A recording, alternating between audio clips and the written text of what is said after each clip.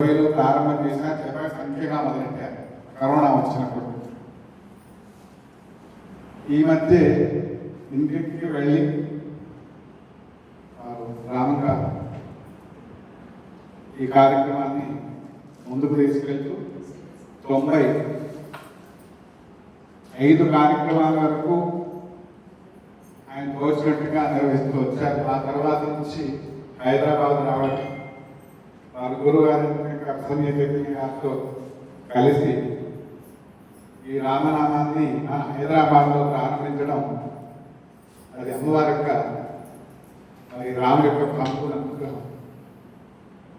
ఆయన నిరంతరం పూర్వజ సుఖం వల్ల అమ్మవారి నామాన్ని అంటూ ఉంటాం కాబట్టి మాకు రాముడి దగ్గర ఉన్న, ఆంజనేయ స్వామి దగ్గర ఉన్న, శివుడి దగ్గర ఉన్న, విష్ణువు దగ్గర ఉన్నా కూడా అమ్మవారి పేరే వస్తుంది. కాబట్టి రేపు రాముడి గురించి మాట్లాడాలనుకుంటే అమ్మవారి గురించి చెప్తున్నాను. అంటే శక్తి ఉత్పాదన ఎక్కడ జరుగుతుందో అక్కడ శక్తి అనే పదానికి అమ్మవారు స్వరూపం. శక్తి అనే పదానికి అమ్మవారి ప్రతీక. చేతిలో శక్తి ఉంటేనే ఏదైనా వస్తువును ఎత్తగలదు. చెయ్యి అనేది పురుషాత్మకం అయితే దాంట్లో ఉండే ఎనర్జీ ఏదైతే ఉందో, ఆ శక్తి ఏదైతే ఉందో అది అమ్మవారు. ప్రతిదీ ఏ పని చేయాలన్నా శక్తి అవసరం. కాబట్టి ఆ శక్తి స్వరూపాన్ని మనం దేవతగా పూజిస్తాం. దేవతగా ఆరాధించేందుకు ఏకైక హైందవ సాంప్రదాయం.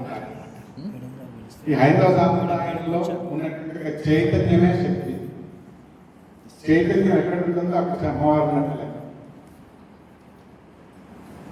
ఎంత చైతన్యం పెరిగితే అంత మనం చైతన్యవంతంగా ఉంటాం, ఎనర్జెటిక్గా ఉంటాం.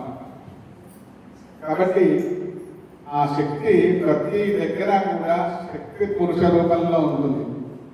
రుక్మిణి పాండవుడు అంటాం, సీతారాముడు అంటాం. మన సాంప్రదాయంలో ఉన్నది స్త్రీకి అంత శక్తికి అంత గౌరవాన్ని. పెళ్లి పత్రికలో చూస్తే కూడా ఆడవాళ్ళ పేరు ముందు రాస్తారు, ఆహ్వానించేవాళ్ళు తర్వాత మగవాళ్ళ పేరు రాస్తారు. అంత గౌరవం ఉంటుంది.